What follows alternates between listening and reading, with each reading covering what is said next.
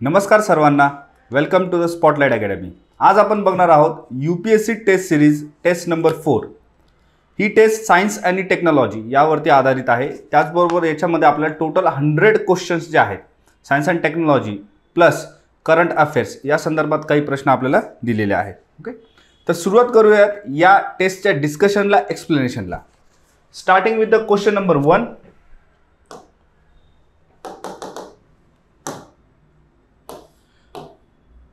पहिला प्रश्न जो आहे त्यामध्ये विचारलेला आहे, which of the following is a significant feature of passive house construction.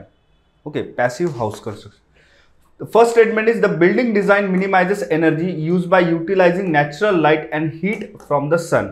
Okay, त्यानंतर passive house standards require use of energy intensive materials. Okay, आता सस्टेनेबल कन्स्ट्रक्शनचा जर आपण विचार केला तर पॅसिव्ह हाऊसेस काय की जे जास्त एनर्जी इफिशियंट असतात।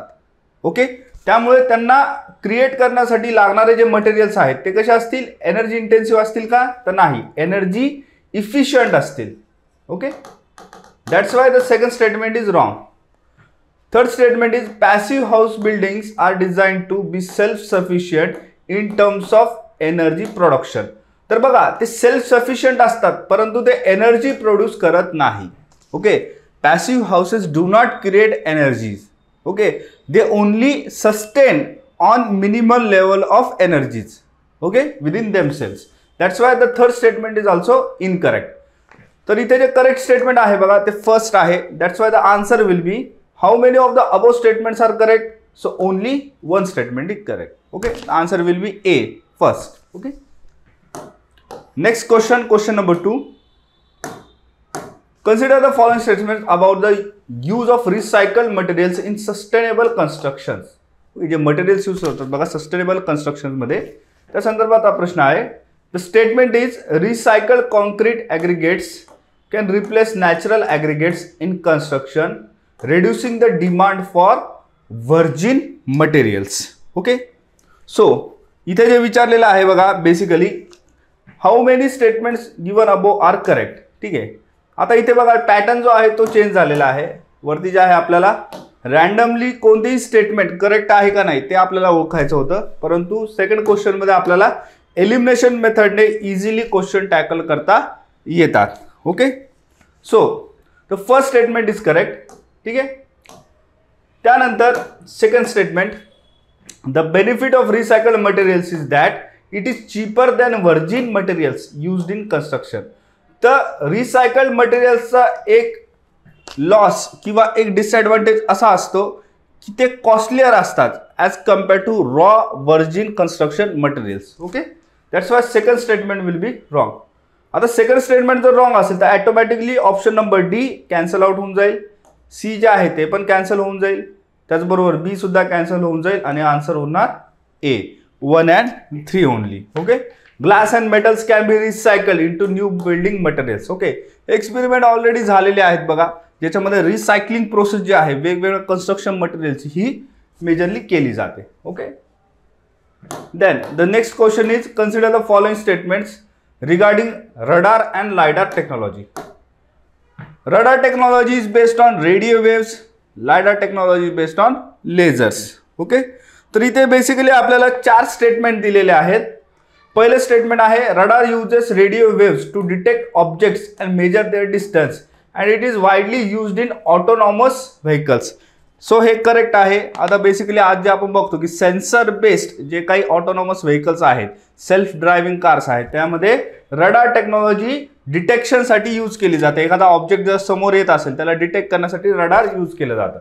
त्याचबरोबर सेकंड स्टेटमेंट आहे, lidar uses laser light to map the physical characteristics of object and it is used in environmental monitoring. Okay, तर फास्ट मॉनिटरिंग जर आपल्याला करायची असेल आणि प्रिसिजन जर आपल्याला एन्व्हायरमेंटल मध्ये करायचं असेल तर त्यासाठी लायडार टेक्नॉलॉजीचा यूज केला जातो। So the both statement are correct. त्यानंतर third statement is, radar systems are more effective in detecting objects at a higher range through adverse weather conditions compared to LiDAR system. So this is also correct. LiDAR system चा एक disadvantage असा असतो ते light based असल्यामुळे एका unstable वेदरमुळे light reflections या इनस्टॅबिलिटीमुळे कोणत्याही डायरेक्शनला होऊ शकतात. त्यामुळे lidar system is not effective in chaotic atmosphere. Okay, मग तिथे काय युजफुल असेल तर रडार टेक्नॉलॉजी ज्या आहेत त्या बेसिकली युजफुल असतात. म्हणून आपण बघतो जे काही फायटर जेट्स असतील तिथे रडार टेक्नॉलॉजीचा उपयोग केला जातो. Because at higher heights the sky and the wind circulation is chaotic in nature. Okay, त्यानंतर आहे lidar is a more energy efficient technology than radar for long range detection. तर हे चुकीचं आहे बघा. The lidar technology is energy intensive because it is based on light. लाईटवरती आधारित असल्यामुळे एनर्जी इफिशियंट ती नाही as compare to radar. Okay, so the fourth statement is incorrect. तर 3 स्टेटमेंट इथे करेक्ट आहेत, 1, 2 आणि 3. The answer will be A. Next question is consider the following statements about sunspots. Sunspots are regions of the sun's photosphere that are hot than the surrounding areas. Okay, तर sunspots जे region असतात बघा generally ते कसे असतात, cooler असतात. Okay, they are not hot but they are cooler than the surrounding areas. So the first statement is incorrect. Second statement is the sunspots are associated with weak magnetic fields which can affect solar weather phenomena. आता sunspots आल्यामुळे काय होतं solar सायकलच्या दरम्यान की atmosphere जो आहे आणि ज्या वेदर कंडिशन्स आहेत आणि जो मॅग्नेटोस्फिअर आहे अर्थचा तो कुठेतरी अफेक्ट होतो, तो कुठेतरी डिस्टॉर्ट होतो आणि त्याच्यामध्ये डिस्टर्बन्स निर्माण होतात. आता हे वीक मॅग्नेटिक फील्ड्समधून क्रिएट होऊ शकतं का तर नाही. यासाठी काय लागणार, स्ट्रॉंग मॅग्नेटिक फील्ड लागणार. त्यामुळे second statement is also incorrect. The number of sunspots decreases during periods of solar activity. हे सुद्धा चुकीचं आहे. सोलार सायकल जी आहे त्यावेळेस सनस्पॉट्स जे असतात तर त्यांची संख्या काय होते, इन्क्रीज होते. They do not decrease. So the answer will be what, answer will be D, none of the above statement is correct. Moving on to the next question, question number 5. Consider the following statement regarding oil spills and technology used in their management. Okay, तर इथे जे आहे आपल्याला basically 4 statement दिलेले आहेत. तर यामध्ये पहिलं जे स्टेटमेंट आहे, oil spills are primarily caused by the leakage of crude oil from tankers and offshore platforms. आपण बघतो की इंडियन ओशन असेल, अटलांटिक ओशन असेल किंवा पॅसिफिक ओशन, इथे ऑइल स्पिल्सच्या घटना ज्या आहेत त्या मेजरली घडत असतात. Okay, due to the wreckage of ships and oil tankers. So the first statement is correct. In the second statement, bioremediation is a method that uses bacteria or other microorganisms to break down the oil into non-toxic substances. Okay, oil zapper नावाचा एक bacteria आहे बघा, oil झॅपर. Okay, याचा जो वापर आहे आपल्याला oil breakdown करण्यासाठी करताना दिसून येतो. That's why the second statement is also correct. Third is the use of drones for monitoring oil spills has been shown to significantly reduce response time. Okay, this is also correct. ड्रोनच्या वापरामुळे आपल्याला जे आहे oil spill किती प्रमाणात झालेली आहे, त्याचं एक्सटेन्शन कुठे आहे, किती डेप्थपर्यंत त्या गोष्टी झालेल्या आहेत, कोणकोणत्या एरियाजला ऑइल स्पिलला अफेक्ट केलेला आहे हे आपल्याला ड्रोनमधून इझिली आपल्याला रिस्पॉन्समधून कळतं. ठीक आहे, that's why third statement also correct. The fourth statement is related to oil dispersants although effective in breaking up the oil into smaller droplets can sometimes lead to the toxicity of marine life. Okay, oil dispersant जे असतात ज्याच्यामुळे ऑइलचं breakdown किंवा त्याचं breakage करण्यात येतं त्याला जे आहे डिस्पर्स करण्यात येतं. पण याचा एक साईड इफेक्ट असा असतो की याच्यामुळे टॉक्झिसिटी निर्माण होऊ शकते पाण्यामध्ये, जेणेकरून मरीन लाईफ, फिशेस असतील, व्हेल्स आहे, शार्क्स आहे, ह्या सर्व गोष्टी ज्या आहेत त्या अफेक्ट होतात. Okay, so fourth statement is also correct. So how many of the above statements are correct? The answer will be D, all 4 are correct. Next, question number 6. Question number 6 is related to non-fungible tokens. Okay, NFTs नेहमी न्यूजमध्ये असतात बघा, current affairs आहे. Okay, basically virtual technologies आहेत, या गोष्टी आपण चांगल्या रिव्हिजन करून घेतल्या पाहिजे. आता याच्यामध्ये विचारलेलं आहे बघा, NFTs are digital assets which includes art, music और व्हर्च्युअल रिअल इस्टेट्स. ओके, तर व्हर्च्युअल एखादी इंटेलेक्च्युअल प्रॉपर्टी असते त्याला जनरली आपण NFTs असं म्हणत असतो. तर त्यामध्ये आर्ट येणार, म्युझिक येणार, व्हिडिओज येणार, व्हर्च्युअल रिअल एस्टेट्स येणार, त्याचबरोबर व्हर्च्युअल आयडेंटिटी येणार, मूवी पोस्टर्स येणार, सॉंग्स येणार, कोणत्याही प्रकारच्या आर्ट आणि इंटेलेक्च्युअल प्रॉपर्टी रिलेटेड गोष्टी NFTs मध्ये येणार. Okay, so first statement is correct. Then NFTs are identical and interchangeable like cryptocurrencies. तर आयडेंटिकल त्या नसतात, त्यांचं नेचर कसं आहे, युनिक आहे, because it is a type of intellectual property, so it cannot be the same. Okay, so the second statement is wrong. Third statement is the advantage of NFTs is their ability to prevent unauthorized replication. Okay, NFTs unique असल्यामुळे त्याच्या ownership कोणाकडे आहे हे आपल्याला easily तिथे identify केलं जातं, त्यामुळे त्याचं रेप्लिकेशन करणं हे डिफिकल्ट होऊन जातं. That's why the third statement is also correct. Okay, so answer will be what? Answer will be D. 1 and 3 are correct. Then question number 7, consider the following statements regarding integration of artificial intelligence in mobile technology. The first statement is AI integration in mobile devices can enhance privacy by reducing reliance on cloud-based services. Okay, so this is true. Recently आपण जर बघितलं तर आता वेगवेगळे ॲपलचे mobiles असेल, सॅमसंगचे mobiles असतील बघा, त्याच्यामध्ये जे AI इंटिग्रेशन झालेलं आहे, यामुळे काय होतं की स्टोरेज, क्लाउड बेस्ड सर्व्हिसेस यांच्यावरती रिलायन्स जो आहे तो आपला कमी झालेला आहे, कारण की जो डेटा प्रोसेसिंग आहे तो इन्स्टंटली आपल्याला तिथे बघायला मिळतो.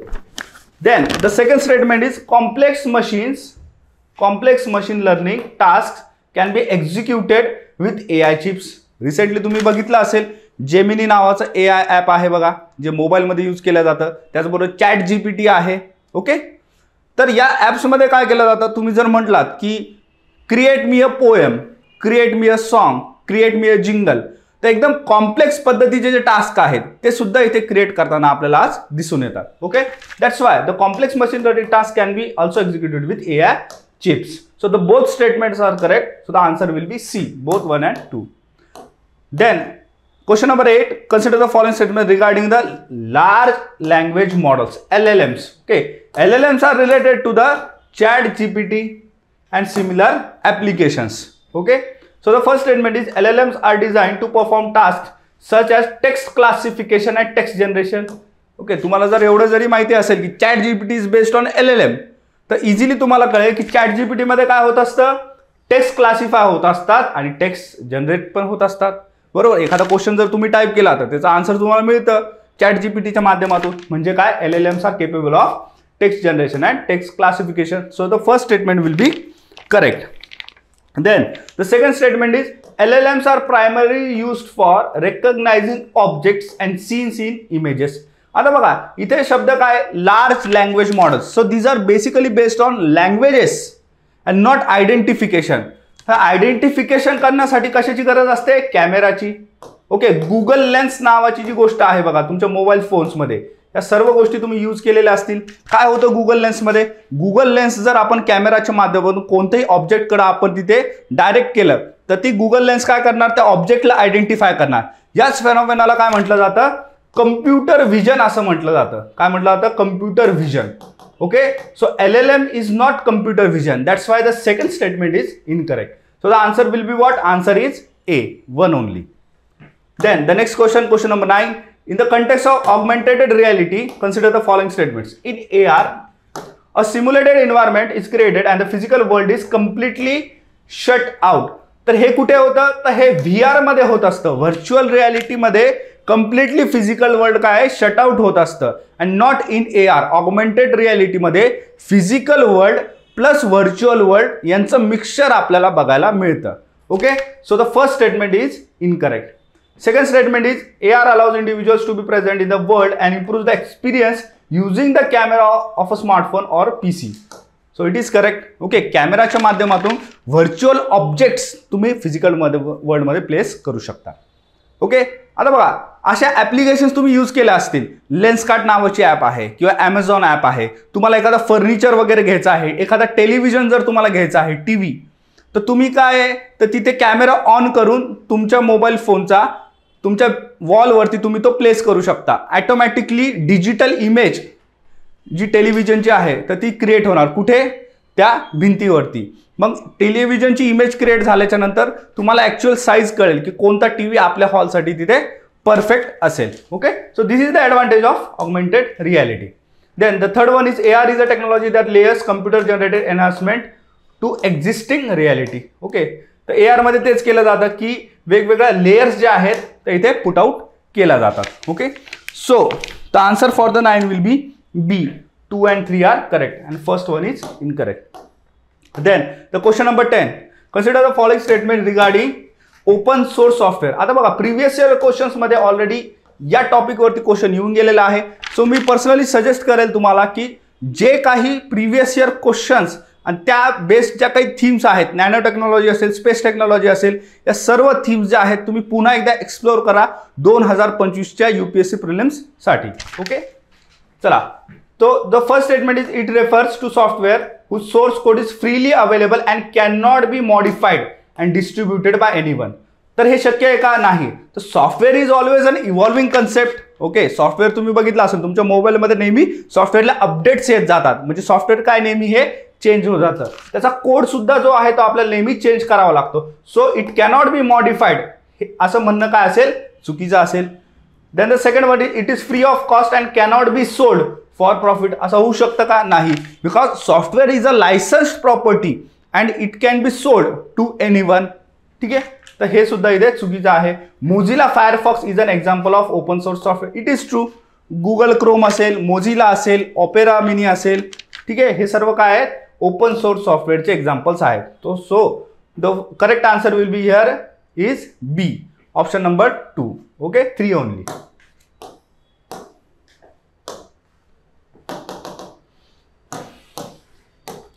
Next question, question number 11. Question number 11 is related to Aditya L1 mission. Okay, Aditya L1 mission is been launched for the study of sun by India. The पहिले स्टेटमेंट आहे Aditya L1 is India first space based mission dedicated to studying the sun. So this is correct. Okay. Second statement is the spacecraft will be placed in a halo orbit around the Lagrange point 1. Okay, वेगवेगळे Lagrange point 1 जे आहे L1, L2, L3. तर L1 चा अर्थ इथे काय होतो? Lagrange point 1. Okay, so this is also correct. Aditya L1 can continuously observe the sun without any occultation or eclipses. जे काही इक्लिप्सेस आहेत, जिथे सन जो आहे तो पूर्णपणे हाईड होऊन जातो, तर हायडिंगचे चान्सेस इथे येणार नाही. कारण की L1 पॉईंटचे वैशिष्ट्यच हे आहे की तिथे कोणत्याही प्रकारचं ऑकल्टेशन किंवा इक्लिप्स तिथे होत नसतं. Okay, that's why the third statement also correct. So the answer will be D, 1, 2 and 3. Next question. Consider the following statements regarding 6G technology. आता बघा 5G टेक्नॉलॉजी जी आहे ती ऑलरेडी आता इथे कार्यरत आहे. त्यानंतर कोणती टेक्नॉलॉजी येणार आहे? ती आहे 6G. ऑलरेडी याचे ट्रायल्स चालू आहे. So the first statement is 6G is expected to provide ultra high speed connectivity with significantly low latency compared to 5G. So it is true. Okay, low latency म्हणजे काय? त्याची जी connecting speed आहे, त्याचा जो response time आहे तो कसा असेल? कमी असेल as compared to 5G. So this is true.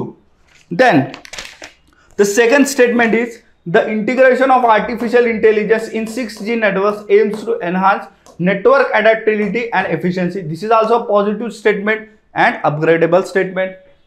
Then the third statement is 6G technology is to be commercially available by 2030. असं कोणी ॲश्युरन्स करू शकतं का की 2030 पर्यंत ही टेक्नॉलॉजी येणारच आहे? तर अशा फक्त काय आहे? रेफरन्स रिपोर्ट्स आहेत. But you cannot claim that this is true. Okay, so आता स्टेटमेंटमध्ये या गोष्टी क्लेम केलेल्या आहेत, त्यामुळे third statement will be wrong. So the answer will be B. Only 2 statements are correct.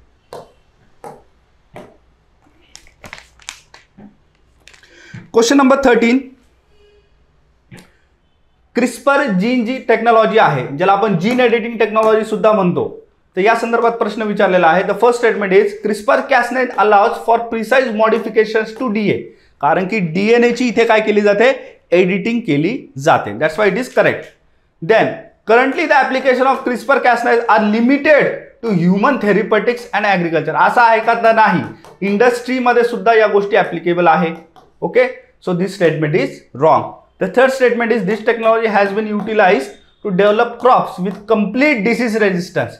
तर complete disease resistance हे अचीव केलं जाऊ शकतं का प्रॅक्टिकली? तर no, it can be only partially achieved but not complete. So the third statement is also incorrect. So the correct answer will be A. Only one statement is correct. Then next question, question number 14. Consider the following statements regarding nano fabrics. Okay, आता nano टेक्नॉलॉजीमध्ये nano टेक्सटाईल्समध्ये जो सब part आहे ज्याला आपण nano fabrics म्हणून ओळखतो, जे कपडा असतो, ओके, तर ते कपड्याची जे क्रिएशन आहे, जो क्लॉथ आहे, तर तो नॅनो टेक्नॉलॉजीवरती बेस्ड इथे आपल्याला बघायला मिळतो. Okay, so the question is nano fabrics are textiles engineered at the nano scale to exhibit properties such as stain resistance, UV protection and anti microbial effects. तर हे ॲक्च्युली ॲडव्हान्टेजेस आहेत nano फॅब्रिक्सचे. So it is true. Then the incorporation of nano particles into fabric significantly increases their weight and thickness. आता common sense जर आपण इथे apply केला तर नॅनो फॅब्रिक्समुळे जर वजन आणि त्याचबरोबर थिकनेस जर वाढत असेल तर हे सोल्ड होतील का मार्केटमध्ये? तर होणार नाही, because nobody will buy this type of clothes, right? So this is the contradictory statement to the first one. That's why it is incorrect.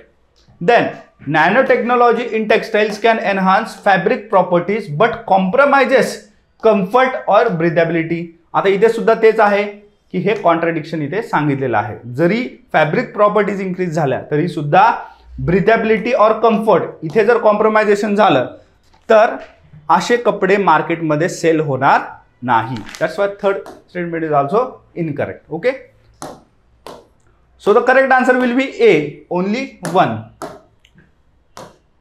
Next question, question number 15. Often in news, consider the following statements regarding the black hole. The first one is the black hole information paradox is related to quantum mechanics. Okay, तर quantum मॅकॅनिक्सशी related जे आहे quantum theory आणि त्याचबरोबर black hole theory ही automatically related आहे की त्याच्यामध्ये light जो आहे, लाईटची बेंडिंग आपल्याला बघायला मिळते. त्याच्यानंतर स्पेस टाइम कर्वेचर हा सुद्धा आपल्याला ब्लॅक होलमध्ये बघायला मिळतो. So the first statement is correct. Second statement is black holes can emit radiation. Okay, तर रेडिएशन एमिट करतात ब्लॅक होल्स, पण तिथे लाईट एस्केप होत नाही. Okay, it absorbs light. त्यानंतर the third one is black holes can preserve information. Okay, असं म्हटलं जातं की they can preserve lots of data in their structure. So the correct answer will be D, 1, 2 and 3. आता कोणतेही असे theoretical किंवा scientific questions आले जे रिसर्चवरती बेस्ड असतील तर त्याच्यामध्ये प्रॉबेबल ट्रू स्टेटमेंट जे आहेत बघा मोस्ट ऑफ द टाइम काय असतात बघा, करेक्ट असतात. ओके, कारण की इथे जो शब्द जो यूज केलेला आहे कॅन केलेला आहे बघा, कॅन आणि can. So it is only proving that it is possible, that's why it can be true. तर ऑटोमॅटिकली असे क्वेश्चन जे आहेत ते आपल्याला इझिली सॉल्व करता येतात बघा इथे. Okay, so the answer to the 15 number is D. Next question, India's Chandrayaan 3 mission. So the first statement is Chandrayaan 3 includes an orbiter. तर ऑर्बिटर आहे का त्याच्यामध्ये?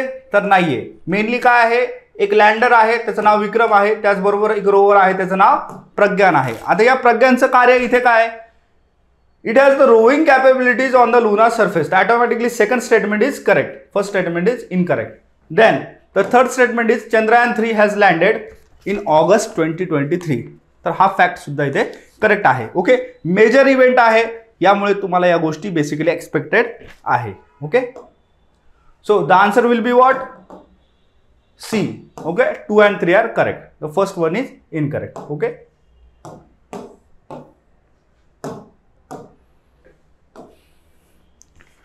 Then question number 17, Parker solar probe mission जे आहे it is launched by NASA. या संदर्भात इथे तुम्हाला प्रश्न विचारलेला आहे की याचे वैशिष्ट्य काय आहे.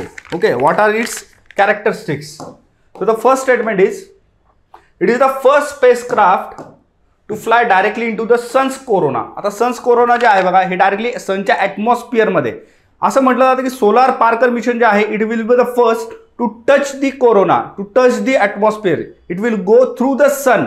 ओके, अशा गोष्टी याबद्दल सांगितल्या जातात, त्यामुळे first statement is correct. Second is the spacecraft approximately the size of a small car. जर तुम्ही नासाच्या वेबसाईटवरती ऑफिशियल याबद्दल थोडीशी माहिती घेतली तर बेसिक नॉलेज असा आहे की the size of this mission is almost of a car. Then the mission aims to study the sun's atmosphere. Okay, the सनचा जे ॲटमॉस्फिअर आहे याचा अभ्यास इथे केला जाणार आहे. So all the 3 statements here are correct. Answer will be C. So the next question is question number 18. Question number 18 is related to the mix reality technology. जेव्हा व्हर्च्युअल रियालिटी आणि ऑगमेंटेड रियालिटी या दोन्हीचं mixture होतं, याला काय म्हटलं जातं, mix reality असं म्हटलं जातं. The first one is seamlessly allows real and virtual elements to interact in real time. Real टाइममध्ये इंटरॅक्शन हे पॉसिबल आहे का, तर येस, रिअल टाइम इंटरॅक्शन हे पॉसिबल आहे. त्यानंतर currently its application are majorly related to the gaming and entertainment industry, असं नाही आहे. ओके, सो इथे जे आहे मेडिसिन सेक्टर, त्याचबरोबर मायनिंग टेक्नॉलॉजी यामध्येही आपल्याला याचं मेजर ॲप्लिकेशन बघायला मिळतं. So the second statement is incorrect. So the answer will be A, 1 only. Next question is question number 19. Sound waves. Okay, basic science from NCERT. तुम्हाला इथे जे आहे प्रश्न विचारलेला आहे. Okay, the amplitude of a sound wave determined it's speech. तर amplitude आणि pitch यांचं रिलेशन आहे का, तर नाही. पिच आणि फ्रिक्वेन्सी याचं रिलेशन आहे. Okay, so amplitude is related to the loudness and not pitch. तर या गोष्टी आपल्याला बेसिकली इथे माहिती पाहिजे. So the first statement is incorrect. Okay, then the second statement is the frequency of a sound wave is measured in hertz and it is directly related to the perceived loudness. आता frequency आणि loudness यांचा संदर्भ आहे का, तर नाही. Loudness is related to the amplitude of the sound and not the frequency of the sound. Okay, so basic concept जे आहेत, साऊंड आहे, लाईट आहे, यावरती हा क्वेश्चन इथे बेस्ड आहे. यासाठी NCERT जे आहेत ते तुम्ही रेफर केल्या पाहिजे. Okay, so the correct answer will be D, neither 1 not 2.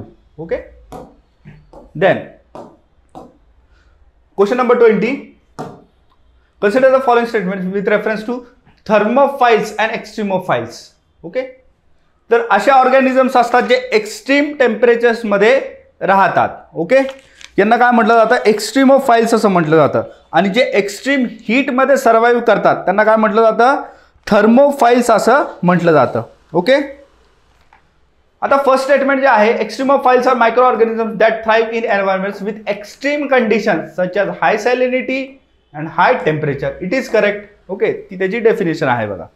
त्यानंतर some thermophiles also prefer cold temperatures typically below 15 degree Celsius. आता थर्मोफाइल्स म्हणजे काय, जे हाय टेम्परेचरमध्ये सर्व्हाइव्ह करतात आणि जे कोल्ड टेम्परेचरमध्ये सर्व्हाइव्ह करतात त्यांना काय म्हटलं जातं, basically psychrophiles. Okay, so the first statement is correct. That's why the answer will be A, 1 only. Next question, question number 21. Consider the following statement regarding types of satellite orbit. The first one is satellites in geostationary orbit appear non-stationary related to an observer or Earth. तर आता बघा, basically orbit कोणत्या टाईपचा आहे, Jio stationery. त्याचं नावच आहे बघा, geo stationary, because it remains stable to the observer. त्याच्या नावामध्येच त्याचा अर्थ आहे बघा. त्याच्यामुळे लॉजिकली हे नॉन स्टेशनरी असू शकतं का, तर नाही. So the first statement is wrong. Geostationary earth orbit are stationary to the observer. Okay, त्यानंतर low earth orbit satellites are not used for global navigation system. This is also incorrect. Okay, basically major जे आहेत बघा, GNSS असेल, त्यानंतर GPS आहे, तर various navigation systems they have their satellites in where in the low earth orbits. Okay, then the third statement is sun synchronous orbits allow satellites to pass over the same part of the time of the earth at the same local solar time. Okay, so this is correct. Okay, आता सन synchronous जे orbits आहेत बघा, याच्यामध्ये basically काय होतं, जो काही satellite तिथे मूव्ह होणार आहे तर तो त्याच जागेवरती same place and the same time it will occur again and again and again like a cycle. त्याला काय म्हणतो आपण, सन सिंक्रोनस ऑर्बिट असं म्हणत असतो. त्यामुळे इथे शब्द यूज केलेला आहे synchronous, because it passes over the same part of the अर्थ at the same local solar time. Okay, so only 1 statement here is correct. So the answer will be A, only 1. Question number 22. Consider the following statements regarding bionic medical devices. Bionic devices are engineered to enhance natural human functions. Okay, तर basically electronic devices ज्याच्यामुळे basic human capabilities enhance केल्या जातात. So it might be related to the speech, hearing, vision. Okay, then cochlear implants are an example of bionic devices. Okay, so for the hearing, cochlear implants are inputted. Okay, then bionic devices may require some human control or input. So this is also true. Okay, सर्व काही devices autonomous जर work करायला लागले तर तिथे काय होऊ शकतं, इनस्टॅबिलिटी किंवा माल फंक्शनिंग त्या डिव्हाइसेस मध्ये येऊ शकते. So it is always related to the controlling of this devices. Okay, so the answer will be all three here are correct. Okay, then question number 23, quantum कम्प्युटरच्या संदर्भात हा प्रश्न विचारलेला आहे. 3 स्टेटमेंट इथे दिलेले आहेत. In qubits multiple states exist simultaneously. Okay, आता qubit what, qubits are related to the bits. Okay, जसं बिट्स आपण म्हणतो कम्प्युटरमध्ये 0 आणि 1 असतात, राईट. तसंच क्यूबिट्स जे आहे, क्यूबिट्समध्ये 0 आणि 1 हे एकाच स्टेटमध्ये एकाच वेळेस एक्झिस्ट करतात. That's why the first statement is correct. Then the second statement is instantaneous information transfer over any distance can be probably achieved in these computers. Okay, तर ही जी आहे टर्म इथे महत्वाची आहे. ओके, या टर्मला आपण जे म्हणतो क्वांटम एंटँगलमेंट असं नाव दिलेलं आहे बघा, quantum entanglement. Okay, so even a device is present on any planet in the universe, the transformation of information it is possible instantaneously. Okay, असे एक्सपेरिमेंट्स जे आहेत ते सुद्धा ॲटॉमिक लेवलवरती सक्सेसफुल झालेले आहेत. Okay, the third statement is quantum computers can out perform classical computers in every task.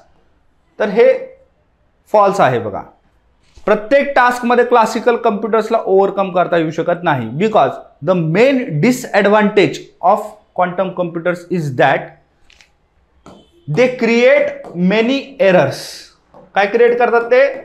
Errors create करतात because they are too much fast in their processes. Okay, so the third statement is incorrect. So the answer will be what? Answer is B, 1 and 2 only.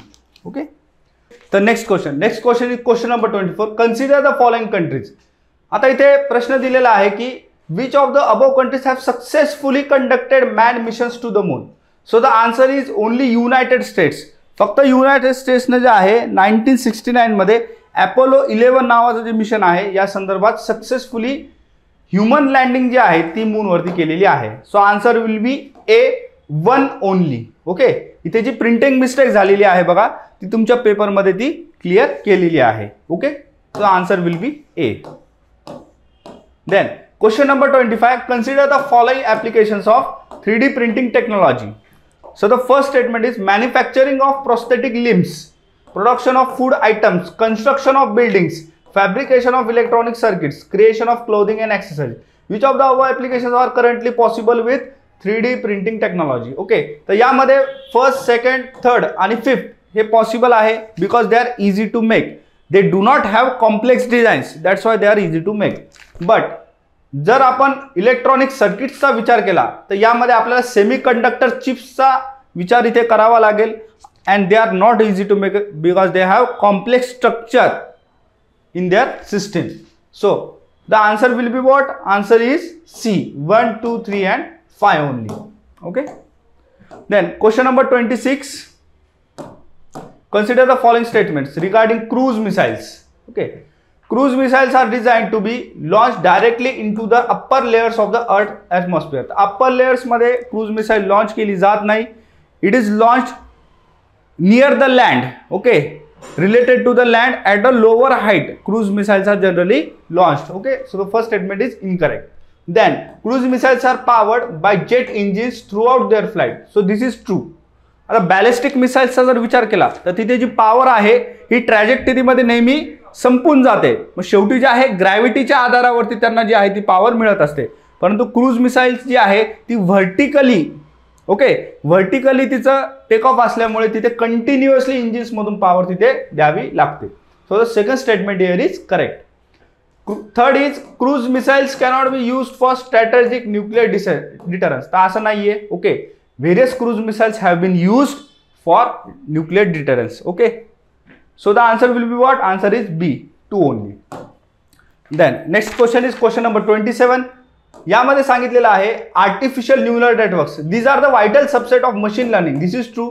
Then the second one is they can lack transparency in decision making process. This is also true. So answer will be C, both 1 and 2. आता basically बघा transparency जे आहे जेव्हा तुम्ही chat GPT सुद्धा use करता which is based on artificial neural networks, त्याच्यामध्ये आपल्याला बघायला मिळतं की chat GPT can also make mistakes. So the transparency is not guaranteed or assured. That's why the second statement is also here is correct. Okay, so moving on to the next question, question number 28. Which of the following is the primary characteristics of cyber physical systems that distinguishes them from traditional embedded systems? Okay, so creating data analytics processing, wrong. Autonomous decision making through real time data processing. Okay, here's a correct answer इथे आहे बघा. Okay, so cyber physical systems mainly provide you the advantage of real time data processing, so you can quickly execute your tasks. Okay, it is mainly related to the industrial works. Then question number 29.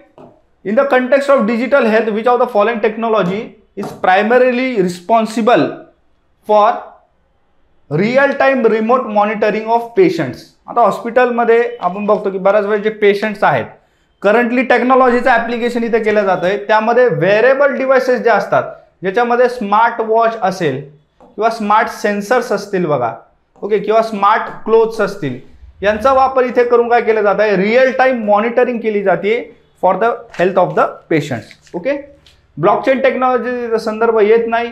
Artificial intelligence तुम्हाला वाटू शकतं की हे answer आहे, परंतु हे इथे appropriate आहे कोणता, वेअरेबल डिव्हाइसेस. ठीक आहे. त्यानंतर question number 30. Which of the following methods is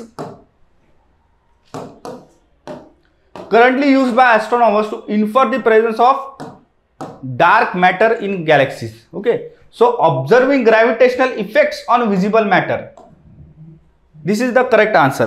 आता याचं मेजर रिझन असं आहे की डार्क मॅटर बेसिकली काय करतं, इथे सर्व ज्या काही गोष्टी आहेत, okay, so it does not even reflect करत नाही, कोणत्याही प्रकारची लाईट जी आहे ती एमिट करत नाही, त्याचबरोबर कोणत्याही प्रकारची लाईट जी आहे ती ॲब्झॉर्ब सुद्धा करत नाही. त्यामुळे या तिन्ही गोष्टी नसल्यामुळे डार्क मॅटरला आता ओळखणार कसं, आयडेंटिफाय कसं करणार, यासाठी काय केलं जातं की व्हिजिबल मॅटरवरती ग्रॅव्हिटीचा इफेक्ट का होतो याच्यामधून हा शोध जनरली घेतला जातो. Okay, so the answer will be D. So the next question is question number 31. Consider the following statement regarding the global partnership on artificial intelligence. आता यामध्ये बघा पहिलं स्टेटमेंट जे आहे, GPI is an international initiative among experts from various countries. वेगवेगळ्या कंट्रीचा सहभाग आहे बघा याच्यामध्ये. So this is true. Then the second one is the partnership focuses solely on the economic aspects of AI. This is not true. हे चुकीचं आहे कारण की याच्यामध्ये इथिकल कन्सिडरेशन सुद्धा इन्क्लूड केलेले आहेत. Then the third one is GPI was established in 2020 and includes member countries such as Mexico, South Korea, UK, Germany, France, India, US. या सर्व कंट्रीज ज्या आहेत याचा मेंबरशिप मध्ये आपल्याला इन्क्लूड होताना दिसतात. So the first statement and third statement here is correct. So the answer will be what? Answer is B. Only two statements are correct. Then question number 32. Consider the following statements regarding surveillance devices.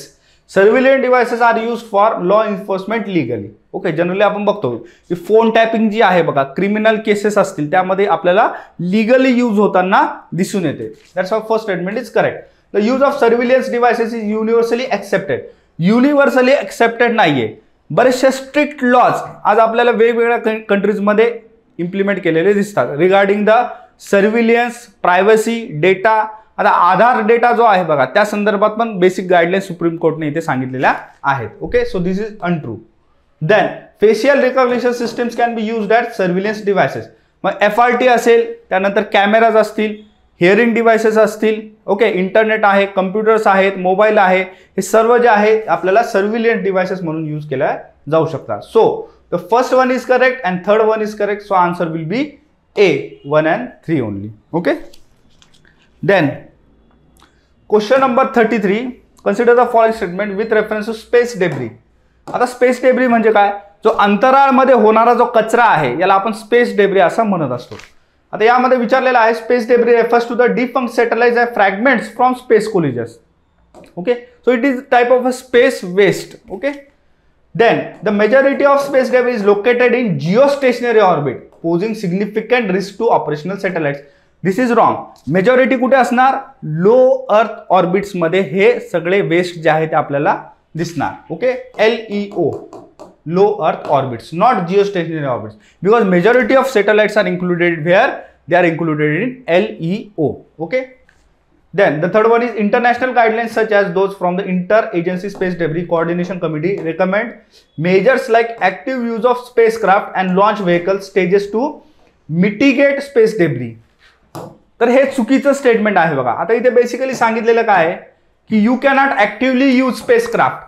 जर तुम्ही spacecraft आणि त्याचबरोबर satellites जर वारंवार use करत गेला, त्याच पद्धतीने कचरा जो आहे तोही सुद्धा त्याच प्रमाणात वाढेल. So this is wrong. This logic is incorrect. Okay. So they will suggest that you should less use. तुमचा जो वापर आहे कसा झाला पाहिजे? कमी प्रमाणामध्ये झाला पाहिजे and not active use. Okay. So the correct answer will be what? Correct answer is A, 1 only. ठीक है? Then question number 34, with reference to antimicrobial resistance, consider the following statements. Okay. आता या गोष्टी ज्या आहेत बघा, टीबी असेल किंवा अँटीबायोटिक्स असेल, या संदर्भात नेहमी आर्टिकल जे आहेत ते आपल्याला न्यूजपेपरमध्ये बघायला मिळतात. आता फर्स्ट स्टेटमेंट आहे AMR occurs when organism evolves to resist the effects of all drugs. आता एक्स्ट्रीम वर्ड इथे आहे बघा, that's why this statement is incorrect. सर्व ड्रग्सला जे आहे इथे रेजिस्टन्स निर्माण होत नाही. Then the systematic use of antibiotics in humans and animals are primary drivers of AMR. तर सिस्टमॅटिक जर यूज केलं तर AMR होईल का? तर होणार नाही. ओके, व्हेन यू मिसयूज और abuse the AMR antibiotics then only AMR occurs. हे त्याचं लॉजिक आहे. तेव्हा हा जो शब्द आहे इथे सिस्टमॅटिक, हा कसा आहे? प्रॉब्लेमॅटिक आहे. त्याऐवजी जर मिसयूज तिथे शब्द असता तर हे स्टेटमेंट इथे करेक्ट ठरलं असतं, परंतु इथे सेकंड स्टेटमेंट हे चुकीचं आहे. Then AMR is a phenomena related to bacteria and does not affect viruses, fungi और पॅरासाइट्स. तर AMR मध्ये कोणत्याही प्रकारचं रेजिस्टन्स जे आहे आपल्याला बघायला मिळतं, whether it be bacteria, viruses और whether it be fungi, parasites और other organisms. Okay, so the statement here, all statements here are wrong. So the answer will be what? D, none of the above is correct. Question number 35. Consider the following statement regarding carbon dating. Okay. Carbon dating is based on the radioactive decay of carbon 14 to nitrogen 14. This is correct. The half-life of C14 is approximately 5730 years. Okay. हे सुद्धा statement काय आहे? Correct आहे. आता basic technology आहे बघा, carbon डेटिंगच्या संदर्भात जर तुम्ही बेसिक माहिती घेतली तर कार्बन डेटिंग मध्ये त्याची जी हाफ लाईफ आहे बघा ती 5730 इयर्स आपल्याला बघायला मिळते. ओके, त्यानंतर carbon dating can be used for organic materials. This is also true. So all three statements here are correct. Okay, 35 is C. Then question number 36, which of the following statements accurately describes the Atom for Food initiative? Okay, तर item for feud initiative जो आहे बघा, हा basically काय करतो इथे? तर option number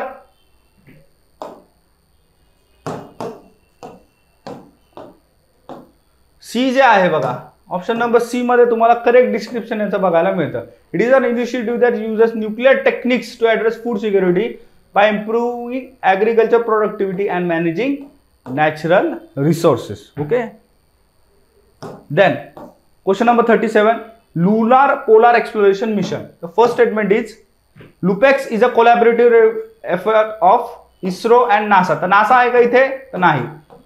जपानची जी स्पेस एजन्सी आहे त्याला आपण JAXA असं म्हणतो, तर यांच्यासोबत कोलॅबोरेशन करून जे आहे इस्रोने इथे हे मिशन लॉन्च केलेलं आहे. The mission primary objective is to investigate the presence of water and other elements potential in the form of surface ice in the moon's polar region.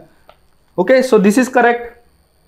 Then LUPEX is designed to demonstrate innovative surface exploration technology with a special focus on vehicular transport and lunar night survival. This is also correct. Then the fourth statement is the mission features both a lander and a rover, with the lander expected to carry a payload of at least 350 kg. Okay, आता इथे basically काय की जेव्हा तुम्हाला माहिती असतं की first statement is incorrect, कारण की बेसिक मिशन कोणत्या 2 कंट्रीजनं लॉन्च केलेला आहे, हा बेसिक डेटा जरी आपल्याला माहिती असेल, ऑटोमॅटिकली खालच्या ऑप्शन ऑटोमॅटिकली काय होतात, एलिमिनेट होतात. So the answer will be what, answer will be C, 2, 3 and 4. Okay. आता तुम्ही असं एक्सपेक्ट नाही करू शकत की मला 350 kg वगैरे माहिती पाहिजे. ओके. आणि त्याची गरज पण पडत नाही. तर फर्स्ट स्टेटमेंट जो तुम्हाला परफेक्टली माहित असेल based on your basic readings. Okay. Then question number 38. Consider the following statement regarding the moon's frozen state. The moon's weak gravitational field prevents it from retaining heat. Okay, first statement आहे. त्यानंतर the moon's far side remains permanently frozen due to its lack of sunlight exposure. तर मूनची जी कोणतीही side असेल east west तर ती नेहमी सनच्या exposure मध्ये येत असते, similar to the earth. That's why this statement is incorrect. Okay. At moons some polar regions are permanently shadowed. आता पोल जे रिजन्स आहेत बघा तिथे परमनंटली डार्क शॅडोज असतात, कारण की सन एक्सपोजर तिथे फारसं येत नाही बघा. Okay. So the first statement is correct, second is incorrect and third is correct. So our answer will be what, answer option number C, 1 and 3 are correct. Okay. Next question number 39. Consider the following statements regarding the light pollution. Light pollution leads to serious environmental consequences for humans, wildlife, and climate. Components of light pollution include glare, sky glow, and light trespasses. Both the statements here are correct. The answer will be C, both 1 and 2. Okay. Then, question number 40. Consider the following statement regarding electrical vehicles and hydrogen-powered vehicles. Hydrogen fuel cells does not produce any tailpipe emission except carbon monoxide. तर carbon monoxide सुद्धा इथे produce होत नाही, त्याऐवजी काय produce होतं, only water vapour. Okay. Water vapour is produced. So the first statement is incorrect. Hydrogen fuel cycles require less refuelling time than battery electrical vehicles require for charging. This is true. Okay. Hydrogen fuel जे आहे instantly fill up होतं as compare to charging of a battery. Okay, charging of a battery can take almost 4 to 5 hours minimum, and hydrogen fuel can be instantly fill up in some minutes. Okay, so the answer will be B, 2 only. Then question number 41. Consider the following statement regarding brain computer interfaces. Okay, आता basically through your brain you are operating the devices. It is known as brain computer interface. So BC has enabled direct communication between brain and external devices bypassing traditional neuromuscular pathways. Okay. Stephen Hawking बघा, Stephen हॉकिंगला तुम्ही बघितलं असेल, त्या केसमध्ये Stephen हॉकिंगची जी speech होती बघा ती बेसिकली कम्प्युटरच्या माध्यमातून ती जनरेट केली जात होती, be it the text or the audio. Okay. So the first one here is correct. Then BCIs are primarily used for entertainment purposes such as controlling video games with thoughts. तर entertainment हा याचा basic उद्देश नाहीये, तर primary हा शब्द इथे problematic आहे. तर basically this are used for medicinal purposes, okay, and industrial purposes, and also they are used for entertainment but it is not the primary purpose. Okay. So the second statement is incorrect, first statement is correct. So the answer will be A. 41चा answer काय आहे, A आहे. Okay. Then question number 42. Consider the following statement regarding bioprinting. Bioprinting involves the use of living cells to create 2-dimensional tissue. आता tissue 2-dimensional असतात का 3-dimensional असतात बघा. Second option मध्ये तुम्हाला ऑलरेडी एक क्लू इथे दिलेला आहे 3Dचा. त्यामुळे लॉजिकली जर दोन स्टेटमेंट आपण कंपेअर केले तर first statement is wrong because any tissue can be of 3 dimension. Okay.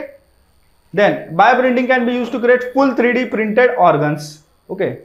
Then this is incorrect. आता कॉम्प्लिकेटेड जे ऑर्गन्स असतात बघा, जसं ब्रेन असेल, किडनी असेल, हे सक्सेसफुली क्रिएट आज पण केले जाऊ शकत नाही. Okay. So this statement is also incorrect. Then bioprinting has the potential to revolutionise organ transplantation. Okay. Organ shortage जो होतो बेसिकली किडनीच्या संदर्भात असेल, हार्टच्या संदर्भात असेल, इथे बायोप्रिंटिंग ही बेसिकली रोल प्ले करते. So the correct answer will B statement number 3 is correct. So the answer will be A, 1 only. Then question number 43. Consider the following statement regarding blockchain as a services. Okay. So BaaS allows organization to utilize cloud-based solutions. एक correct statement आहे बघा. आणि विचारलेलं काय आहे, which of the above statement is the primary objective for the BaaS, blockchain as a service. आता एकच objective इथे असेल. बेसिक ऑब्जेक्टिव्ह काय बघा, इथे शब्द काय, सर्व्हिसेस, म्हणजे ब्लॉकचेन ही सर्व्हिस म्हणून प्रोव्हाइड केली जाते. मग कुठे प्रोव्हाइड केली जाणार, provided in the cloud based solutions. Logically काय, A is the answer. Okay. Financial services तर आहेच. Okay, but it is not primary use. Then BaaS provides the complex back-end operations. This is also correct, but this is not the primary solution. Okay. Then question number 44. ग्राफेन च्या संदर्भात काही statement दिलेले आहे. तर first one is it is a 1 atom thick layer. This is correct. Okay. Then it is an excellent conductor of electricity. This is also correct. Then graphene is impermeable to gases. Okay. बरेचसे जे gases असतील, liquid असतील, त्याला generally ग्राफेन जो आहे तो impermeable असतो. It is stronger than steel. It is what, it is stronger than steel. So the answer will be D. 1, 2 and 3 are correct. Okay. Then question number 45. Global Innovation Index, GII. It is published annually by WIPO, Cornell University and INSEAD. This is true. The index provides detailed metrics about the innovation performance of countries worldwide. This is also true. Basic question आहे. Logically या गोष्टी approve केल्या जातात बघा. ठीक आहे. So answer will be C. Question number 46. Van Allen radiation belts. Okay. Okay. अर्थमध्ये जे आहे बघा मॅग्नेटिक फील्ड जे आहे त्याच्यामध्ये आपल्याला व्हॅन ॲलन रेडिएशन बेल्ट्स बघायला मिळतात. त्या संदर्भात काही स्टेटमेंट दिलेला आहे. First one is they are toroidal zones of highly energetic charge particles trapped by earth magnetic field. Okay. It is true. The inner belt primary consists of high energy protons while the outer belt is dominated by electrons. Okay. The third statement is the belts were discovered using data from the Soviet Union satellite Sputnik. तर स्पटनिकने याचा शोध नाही लावलेला. कोणी शोध लावलेला आहे, US satellite named explorer 1. So the third statement is incorrect. So the answer will be what, D, 1 and 2 only. Okay. Then the next question is question number 47. With reference to NASA's Da Vinci mission, which of the following statements are correct? The mission aims to study Venus's atmosphere to measure its composition directly. This is true. Okay. Da Vinci is scheduled to launch in the early 2030s and will be the first mission to study Venus. Okay. Then the descent probe, which is related to the Da Vinci mission, is designed to operate on Venus surface for up to 30 minutes after landing. So it will operate around 18 minutes. Okay, not 30 minutes. So only 1 and 2 here are correct. Okay, the third statement is incorrect. So answer will be C. Then question number 48. With reference to the bioluminescence in animals. Okay. जो glowing, जो light emit करण्याची जी property असते ॲनिमल्समध्ये, त्या संदर्भात हा प्रश्न आहे. Bioluminescence can be observe among organisms like krill, shrimp and prawns. Prawns पण त्यामध्ये येतात, त्यामुळे हे स्टेटमेंट चुकीचं आहे. Okay. The primary function of bioluminescence deep sea animals is attract mates. तर मेट्सला अट्रॅक्ट करण्यासाठी नाही, तर एक प्रकारचं कॅमोफ्लॉज आहे, डिफेन्स आहे बघा. डिफेन्ससाठी या गोष्टी केल्या जातात, not to attract mates. Okay. त्यानंतर terrestrial fungi exhibit radio active properties in dark environment. तर रेडिओ ॲक्टिव्ह ॲब्झॉर्प्शन केलं जातं, परंतु अशा प्रॉपर्टीज त्यांच्यामध्ये नसतात. So the third statement is also incorrect. Okay. So all the statements are incorrect. So the answer will be D. None of the above is correct. Okay. Then question number 49. Consider the following statement regarding sustainable cosmetics. The primary driving force behind the rise of sustainable beauty is the increasing demand for products. This is true. The use of natural ingredients in cosmetics has been resulted in less energy intensive processing methods in cosmetics. Okay, so this is also correct. So the answer will be C. Both are correct. Then question number 50. Consider the following statements regarding satellite internet. Satellite internet uses geostationary satellite. This is also true. Okay. Then satellite internet is advantageous in remote areas. So answer will be C. Both 1 and 2. Okay. तर याच्यामध्ये बघा basically 50 Mbps च्या around जे आहे remote areas मध्ये satellite through internet provide केले जातात. Generally आपण बघतो की ऑप्टिक फायबर इंटरनेट प्रोव्हाइड केले जातात, परंतु आता रिमोट एरियाज मध्ये जिथे इंटरनेटची गरज आहे तिथे सॅटेलाइटचा वापर केला जातो बघा. ओके. सो प्रोजेक्ट लून सारखे वगैरे जे मिशन्स आहेत बघा, गुगलच्या मार्फत असेल किंवा स्पेस एक्स वगैरे असेल, ओके, एलॉन मस्क जे आहे बघा यांच्या माध्यमातून पण बरेचसे उपक्रम इथे झालेले आहेत. ओके, चला पुढचा प्रश्न बघूयात. प्रश्न number 51.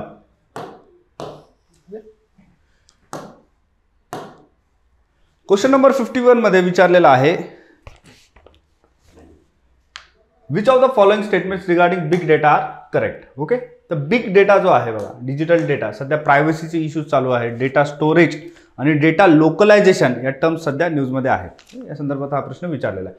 Big data refers to extremely large data sets of human behaviour and interaction. Okay, तर इंटरनेटवरती ज्या पद्धतीचा ह्युमन बिहेवियर हे बघायला मिळतं, ज्याच पद्धतीचे वेबसाईट व्हिजिट्स आणि त्याचबरोबर इंटरॅक्शन विथ डिजिटल डेटा, त्याचं स्टोरेज, त्याला काय म्हटलं जातं, बिग डेटा असं म्हटलं जातं. So the first one is correct.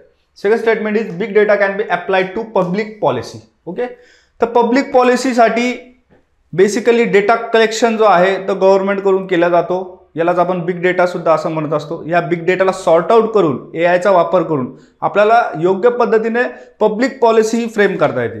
For example, जर गव्हर्नमेंटला पॉप्युलेशन पॉलिसी फ्रेम करायची असेल, त्यासाठी पॉप्युलेशनवरती आधारित असलेला बिग डेटा हा कलेक्ट केला जाऊ शकतो. Okay, so both the statements are correct. So the answer will be C. Okay, then question number 52. Edge कम्प्युटिंगच्या संदर्भात हा प्रश्न आहे. First statement is edge computing involves processing data away from the source. तर away नाहीये, it is close to the source. Okay, जी chip आहे, chip plus device हे कसं असतं, क्लोज असतं. त्यामुळे काय की सोर्स पासून एज कम्प्युटिंग ही एकदम क्लोजली जी आहे इंटरॅक्ट करत असते. So the first one is incorrect. Second is edge computing relies mainly on centralised cloud server. तर सेंट्रलाइज नसतात बघा. बेसिकली क्लाउड कम्प्युटिंग आणि एज कम्प्युटिंग मध्ये बेसिक डिफरन्स हाच आहे की cloud computing works on centralise system, but edge computing works on decentralise system. Okay, decentralise system वरती काम केलं जातं. So the both the statements are incorrect. So the correct answer will be what? Correct answer is D, neither one nor two. Okay, moving on to the next question. Question number 53. आता European union मध्ये बघा GDPR जो regulation act आहे तो European युनियनने accept केलेला आहे. त्या संदर्भात इथे दोन प्रश्न विचारलेला आहे की GDPR applies only to organisations within EU and does not affect entities.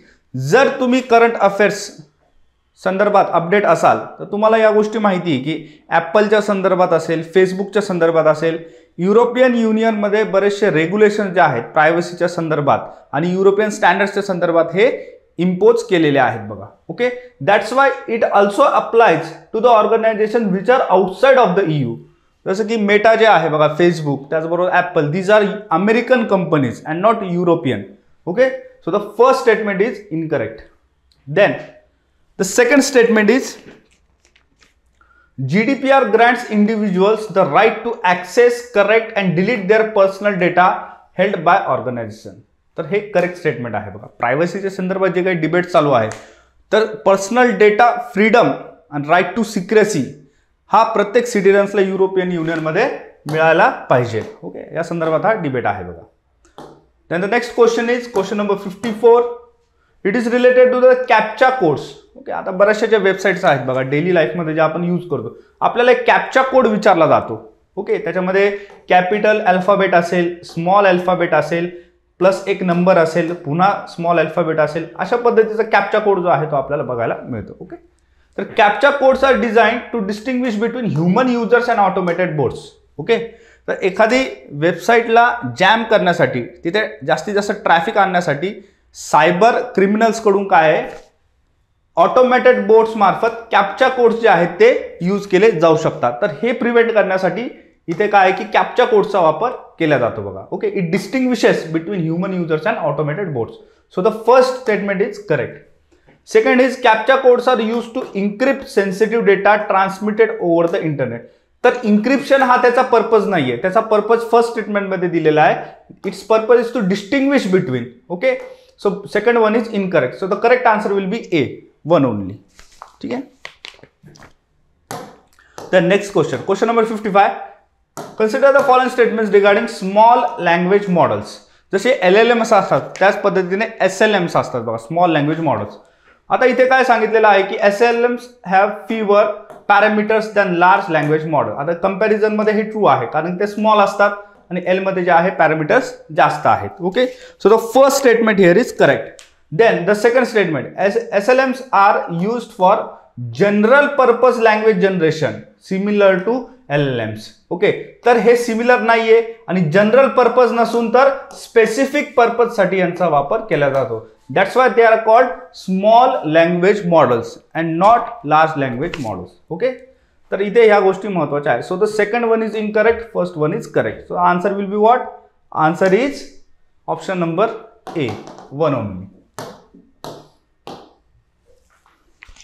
Then question number 56, fast breeder reactors convert uranium-238 into which of the following? तर बेसिकली बघा, प्लुटोनियम-239 या एलिमेंट मध्ये जे आहे कन्वर्जन आपल्याला होताना दिसून येतं. Okay, it is used as a basic fuel. Okay, then question number 57, consider the following statement regarding bioleaching. Environmental science किंवा एन्व्हायरमेंटल टेक्नॉलॉजी या संदर्भात हा क्वेश्चन आहे. In bioleaching micro organisms can be use to extract gold. तर gold असेल, copper आहे, silver आहे किंवा अदर मेटल्स असतील, या संदर्भात जर एक्स्ट्रॅक्शन करायचं असेल ऑर्गॅनिकली तर कशाचा वापर केला जातो? मायक्रो ऑर्गॅनिझम्सचा. So it is called as bioleaching. So the first one is correct. Fungi can be used for bioleaching. This is also true. You know that fungi are known as saprophytes. Okay, saprophytes म्हणजे काय की ते dead आणि decaying matter याच्यावरती rely असतात त्यांच्या फूडसाठी. That's why they can also be used as micro organisms for bioleaching. Okay, so both the statements here are correct. Then the next question number 58. Consider the following statements regarding the dark oxygen phenomena. Okay, आता dark oxygen बघा recently news मध्ये होतं. कुठे सापडलं? तर ते ocean मध्ये सापडलेलं आहे. Okay, so that's why the fourth statement that recently the phenomena of dark oxygen has been observed in rivers. तर हे चुकीचं आहे बघा, कारण की ओशन मध्ये त्याचे जे आहे आपल्या डिस्कवरी झालेली आहे. The discovery of dark oxygen has been implication for understanding potential life supporting environments on other planets. Okay, तर स्पेस ऍप्लिकेशन्स जे आहेत त्याचबरोबर फर्स्ट स्टेटमेंट जे आहे, dark oxygen refers to oxygen produce in the deep waters without the environment of photosynthesis. This is the correct definition. त्यामुळे त्याला dark oxygen असं म्हटलं जातं because it doesn't have light based photosynthetic oxygen creation. Okay, then the third statement is that dark oxygen is produced by photosynthetic organisms in deep ocean. आता बघा, third statement आणि first statement काय होतात? एकमेकांना contradict होतात. काय होतात? Contradict होतात. त्यामुळे याचं जे आन्सर आहे बघा डी, तर हे नसणारच कारण की दोन कॉन्ट्राडिक्टरी स्टेटमेंट आहे. Okay, so the correct answer will बी बात ओनली 2 आर करेक्ट, कारण की 4 इनकरेक्ट आहे आणि 3 आणि 1 पैकी एक कोणतं तरी इनकरेक्ट असणार आहे. म्हणजेच काय, कोणते तरी 2 करेक्ट आहे. कोणते 2 करेक्ट आहे? मग the first one and the second one is correct. Okay,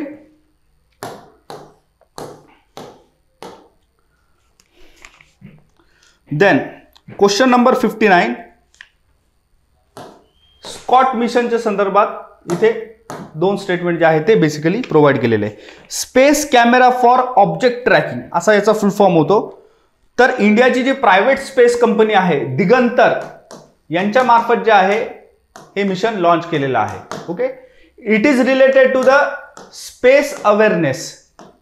okay, स्पेसमध्ये जे काही घटना घडतात त्या संदर्भात अवेअरनेस क्रिएट करण्यासाठी. ओके, म्हणजे स्पेसमध्ये जो काही डेटा आहे तो डेटा कलेक्ट करून त्याची माहिती गव्हर्नमेंटला देण्यासाठी हा प्रोजेक्ट इथे लॉन्च केलेला आहे. So the first statement is the SCOT mission is a collaborative project between ISRO and NASA. ISRO and नासाचा संबंध येत नाही कारण की it is the project by a private space based company. त्यानंतर the primary objective of the SCOT mission is to monitor and analyse the composition of the stratosphere. तर composition नाही, याचा मेन पर्पज काय? तर स्पेस अवेअरनेस इथे आहे बघा. Okay, that's why D will be the here the correct answer, neither 1 not 2. Question number 60, recently in news the Trajan girl artillery system is developed by which of the following. Okay, current affairs based आहे. तर India and France they have developed this gun artillery system. Okay, then question number 61, consider the following statement regarding digital India awards. आता digital India अवॉर्डचं पूर्वीचं नाव काय होतं, web रत्न awards असं होतं बघा. आणि कोणाकडून दिला जातो, minister of electronics and information technology. So both the statement here are correct. Okay, 61चा आन्सर काय आहे, सी आहे बघा. Then question number 62, consider the following statement regarding man in the middle attacks. आता बघा करंट अफेअर्स मध्ये वेगवेगळे cyber attacks हे नेहमी होत असतात. ओके, या संदर्भात इन्फॉर्मेशन जी आहे ती आपल्याला माहिती पाहिजे. आता जनरली ट्रोजन, मालवेअर, फिशिंग हे खूप कॉमन झालेले आहेत, पण जे नवीन टाईपचे सायबर अटॅक्स आहेत यांच्या संदर्भात पण आपल्याला अपडेट होणं इथे गरजेचं आहे. So the first statement is in a MITM attack, the attacker secretly intercepts and possibly alters the communication between the two parties who believe they are directly communicating with each other. Okay, तर cyber fraud मध्ये जे आहे बघा MITM attack हा use केला जातो. Okay, the first statement is correct. Then the second statement is that MITM attacks can be effectively prevented by using the end-to-end encryption and ensuring the authenticity of public key through certificates. Okay, this is also true. Okay, आता जो काही cyber attack असतो त्याला prevent करणं हे possible असतं. आणि स्टेटमेंटमध्ये जे आहे कोणते एक्स्ट्रीम वर्ड्स तुम्हाला दिलेले नाहीये किंवा कोणताही इम्पॉसिबल वर्ड जो आहे तो तुम्हाला इथे इलॉजिकली दिलेला नाही. That's why second statement is also correct. Okay, then question number 63, it is about zero day exploit attacks. हा पण एक प्रकारचा काय आहे, एक सायबर अटॅक आहे बघा. ओके, आता यामध्ये बघा basically it is said that a zero-day exploit targets a software vulnerability that is unknown to the software vendor and has no available patch. Okay, त्यामुळे त्या काय म्हटलं जातं, zero day exploit, because the vendor doesn't have any available patch and he is unaware about it. त्यानंतर once a zero day vulnerability is publicly disclosed, it is no longer considered a zero day. Okay, जसं बघा तुम्हाला सॉफ्टवेअरमध्ये बघा एखादा upgrade आलं, त्या अपग्रेडच्या नंतर पुन्हा एक पॅच जी आहे सिक्युरिटी पॅच तुम्हाला अपडेट म्हणून येत असते बघा मोबाईल फोन्समध्ये पण. ठीक आहे, तर ही सिक्युरिटी पॅच जोपर्यंत येत नाही तोपर्यंत त्याला काय म्हटलं जाईल, झिरो डे vulnerability अटॅक्स असं म्हटलं जाईल. ओके, ती सिच्युएशन आहे जिथे अटॅक्स हे होऊ शकतात. After it is disclose, it is no longer considered as zero day. So both the statements here are correct. Then question number 64, diammonium phosphate, it is a type of plant nutrition which can be observed here. So the first statement is DAP provides both nitrogen and phosphorus essential for plant growth with nitrogen in the nitrate form. तर nitrate form मध्ये convert होत नाही, कशामध्ये convert होणार, ammonia मध्ये convert होणार बघा. ठीक आहे, that's why the first statement is incorrect. Then the application of DAP can lead to an increase in soil pH. Okay, हे जे आहे बघा इंक्रीज इन सॉइल पीएच हा त्याचा एक डिसएडवांटेज आहे. That's why second statement is correct. Answer will be B. Okay, then question number 65, consider the following statement regarding GM crops, genetically modified crops. खूप basic question आहे, नेहमी जो आहे repeat होतो असतो. कोणती संस्था इंडियामध्ये या संदर्भात लक्ष देते, GEAC ही संस्था तुम्हाला लक्षात ठेवायची आहे बघा. Okay, so the question is the first, GM crops exhibit traits such as pest resistance and herbicide tolerance. True आहे. ओके, एकदम बेसिक इन्फॉर्मेशन आहे बघा. The cultivation of GM crops has universally led to increased crop yield. Universally झालाय का, नाही. Some regions have faced low productivity. It depends upon the climate condition, the temperature conditions and the soil conditions of that region. That's why the second statement is incorrect. You cannot say that the application of GM crops has led universally to the increase of crop yields. Okay, so the answer will be A, one only. Then the next question is question number 66. It is related to the waste incineration. Okay, waste incineration significantly reduces the volume of waste, thereby decreasing the demand for landfill space. Okay, तर हे statement true आहे. जेव्हा आपण कोणत्याही कचऱ्याला जे आहे जाळतो किंवा त्याच्यावरती आपण जाळून प्रोसेस करतो तेव्हा ऑटोमॅटिकली लँडफिलची जी स्पेस असते ती जागाची अवेलेबिलिटी जी आहे ती आपल्याला रिक्वायरमेंट कमी होऊन जाते. Okay, then the second statement is emissions from waste incineration are free of pollutants. Free of pollutants असू शकतात का, नाही. याच्यामध्ये carbon monoxide, carbon dioxide, sulphur dioxide या सर्व गोष्टी ज्या आहेत पोल्युटन्स म्हणून इथे एमिट होणार. Okay, this is just for your convenience असं स्टेटमेंटमध्ये दिलेलं आहे की due to the advance filtration technology, कितीही फिल्ट्रेशन टेक्नॉलॉजी जरी असेल तरी पण कोणत्याही प्रोसेसिंगमध्ये काही ना काही पोल्युटन्स जे आहेत ते काही प्रमाणात बाहेर पडतच असतात. Okay, so this is the test of your basic logic. Okay, so the answer will be what? Answer is A, 1 only. Then question number 67, Baanknet portal जे आहे बघा, बँकनेट पोर्टल. ओके, रिसेंटली जे आहे गव्हर्नमेंटने हे लॉन्च केलेलं आहे. या पोर्टलचा मेन उद्देश असा आहे की ई ऑक्शन जे आहे प्रॉपर्टीच्या संदर्भात हे पोर्टल इथे आहे. So the first statement is is an e auction portal that consider information of properties put up for an e auction by public sector banks. Okay, it is true. Then the portal list residential properties are not commercial. असं होऊ शकतं का की एखादी जी property आहे ती बँकेने जप्त केली, ती फक्त रेसिडेन्शियलच असेल म्हणून ती कमर्शियली असू शकते. Okay, that's why this is illogical in nature. So the correct answer will be A, 1 only. Then question number 68, easy question आहे बघा, 1 लाइनर क्वेश्चन आहे, इझी टू अंडरस्टँड आहे. Okay, so the question is which of the following statement is correct regarding nano hormones? Nano hormones refer to hormones identification without regulation.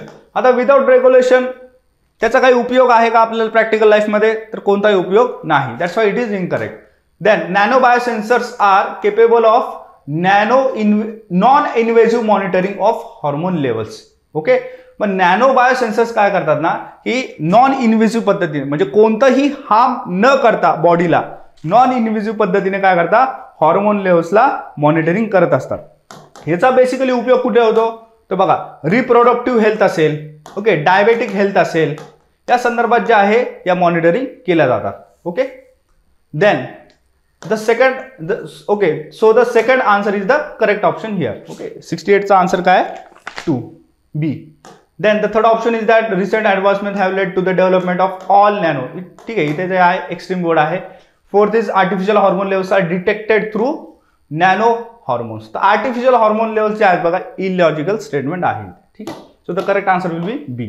Question number 69, recently न्यूजमध्ये आहे बघा, चायनाच्या संदर्भात असं म्हटलं जातं की कॉन्टॅजियस डिसीज आहे आणि पॅन्डेमिकची शक्यता इथे होऊ शकते. ह्युमन मेटान्युमोनो व्हायरस, ओके, ज्याला आपण HMPV म्हणून सुद्धा ओळखतो. ओके, रिसेंटली न्यूजमध्ये आहे बघा, या संदर्भात प्रश्न आहे. HMPV is a recently discovered virus that primary causes severe respiratory illness in adults. आता रिसेंटली डिस्कवर्ड आहे का तर नाही. मग डिस्कवरी कधी झालेली या 2001 मध्ये. ठीक आहे, कधी डिस्कवरी झालेली आहे? 2001 मध्ये. Then there is currently no approved antiviral treatment. This is also true. जर तुम्ही बेसिक फॅक्ट्स जर बघितले या पर्टिक्युलर डिसीजच्या संदर्भात तर याचा जो डिस्कवरी आहे 2001 पासून जे आहे ते आढळलेला आहे आणि त्याचबरोबर याच्यावरती कोणती अँटीव्हायरल अप्रूव्ड ट्रीटमेंट नाहीये. ठीक आहे, so here B2 only will be the correct answer. Okay, कारण की सेकंड स्टेटमेंट इज करेक्ट. ठीक आहे, देन क्वेश्चन नंबर 70,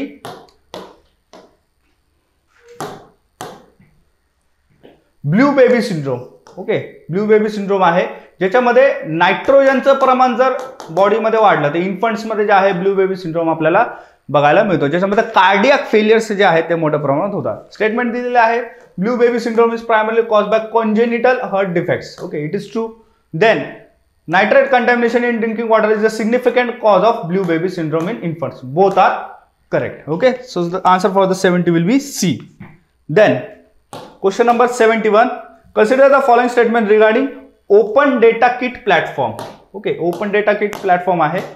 आता ODK is a free and open source software suite designed for data collection in resource constrained environments. Okay, ज्या ठिकाणी internet नाहीये, electricity नाहीये, अशा वेळेस जर आपल्याला सेम इफिशियन्सीचे सेम लेवलचे सॉफ्टवेअर जर आपल्याला यूज करायचे असतील त्यांना काय म्हटलं जातं? ODK असं म्हटलं जातं बघा. ठीक आहे, त्यानंतर ODK collect a component of the ODK suite requires a constant internet connection. तर कॉन्स्टंट इंटरनेटची कनेक्शनची गरज नाहीये. Okay, so the first statement आणि second statement contradicts each other.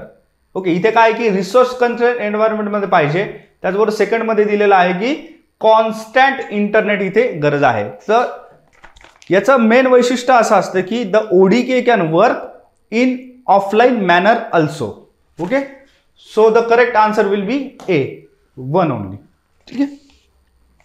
Then question number 72, end to end encryption जे आहे बघा, WhatsApp जे तुम्ही यूज करता तिथे बरेच वेळेस लिहून येतं बघा, this message is end to end encrypted. Okay, तर स्टेटमेंट इथे दिलेलं आहे, end to end encryption ensures that only the community users can read the messages, preventing even the service providers from accessing the data. म्हणून त्याला end to end म्हटलं जातं बघा.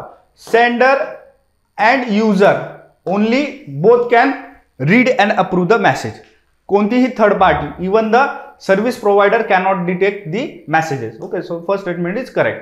Then second one is in end-to-end encryption, data is encrypted on the sender's device and decrypted on the recipient device with no intermediate decryption. This is also true. Okay, function आहे बघा E2E चं. ठीक आहे, so answer will be C, both 1 and 2. ठीक आहे. Then question number 73.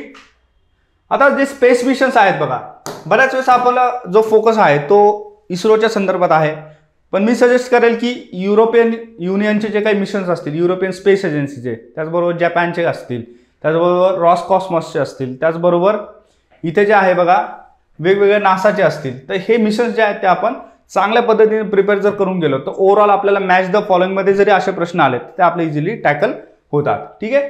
So the first statement is the baby Colombo mission is a collaborative between European Space agency and the Japan aerospace exploration agency. तर हे true आहे बघा. Okay, मर्क्युरीच्या स्टडीसाठी हे mission इथे launch केलेलं आहे. Okay, then the second one is the Planck spacecraft launch by European Space Agency was design to map the cosmic microwave background radiation. This is also true.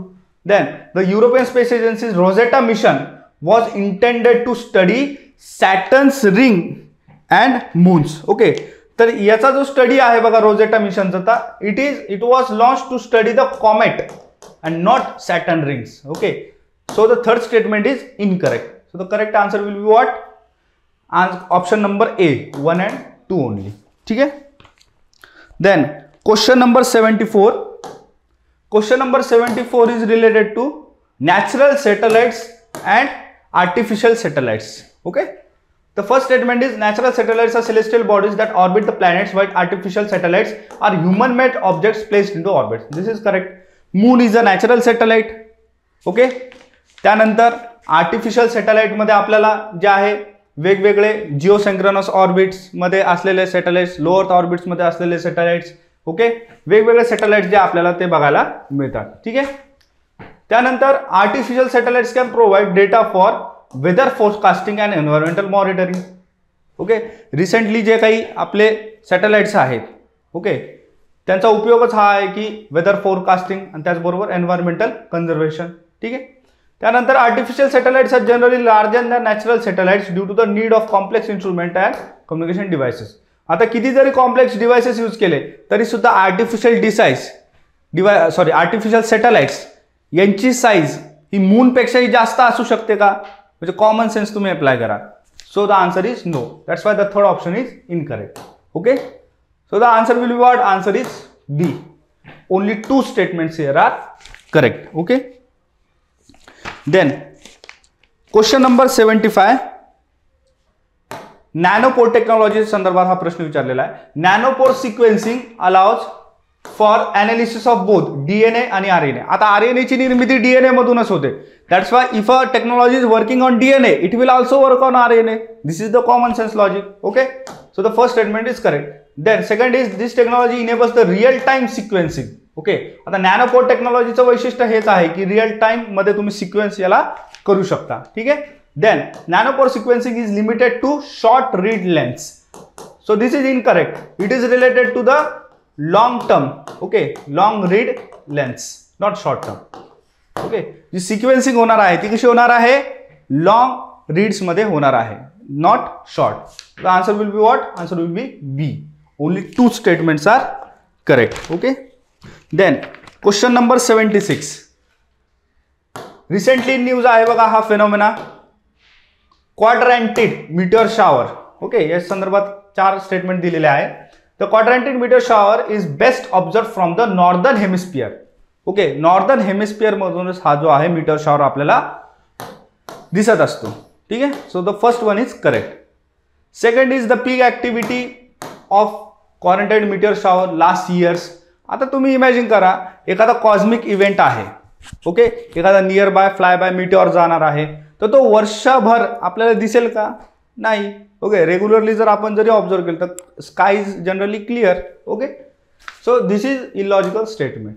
Then none of the asteroid is associated with Quadrantid meteor shower. Okay, असं होऊ शकत नाही, जिथे मीटिओर shower आलं मीटिओर्स तिथे ॲस्ट्रॉइड्स पण त्याच्यासोबत येणारच. Fourth statement is that Quadrantids radiant point is located near the constellation Pegasus. तर पेगासिस जे आहे याच्यासोबत ते रिलेटेड नाही आहे. कॉन्स्टेलेशन इथे कोणतं असेल? कॉन्स्टेलेशन आहे boots.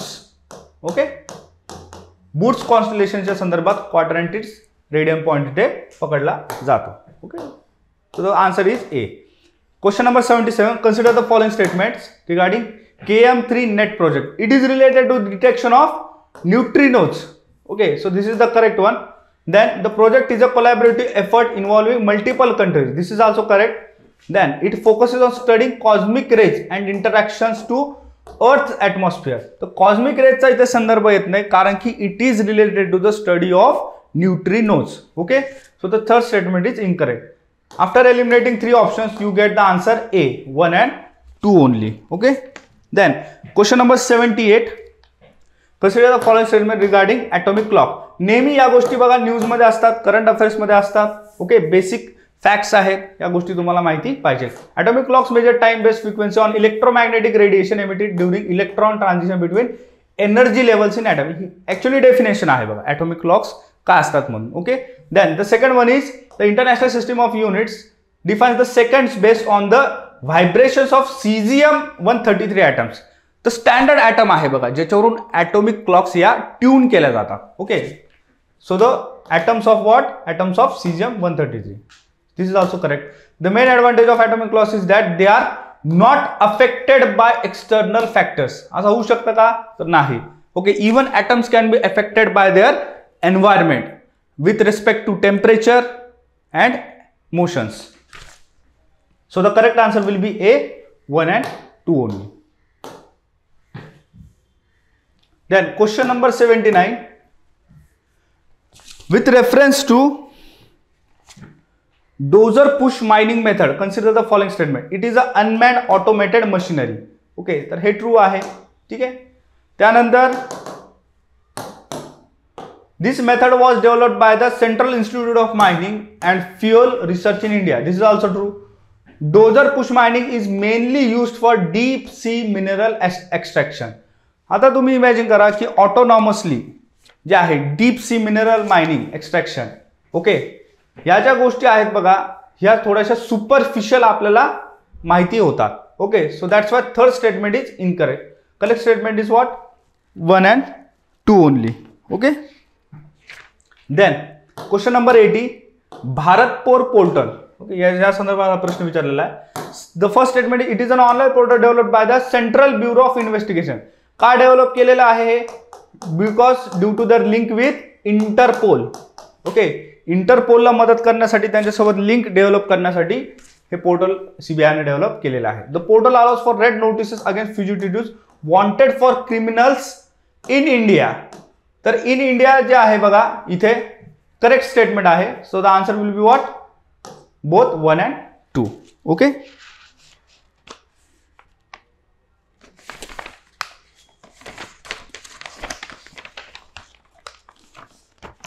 Then the next question is question number 81. Sono buoys. Okay, sono बॉयजच्या संदर्भात हा प्रश्न इथे दिलेला आहे.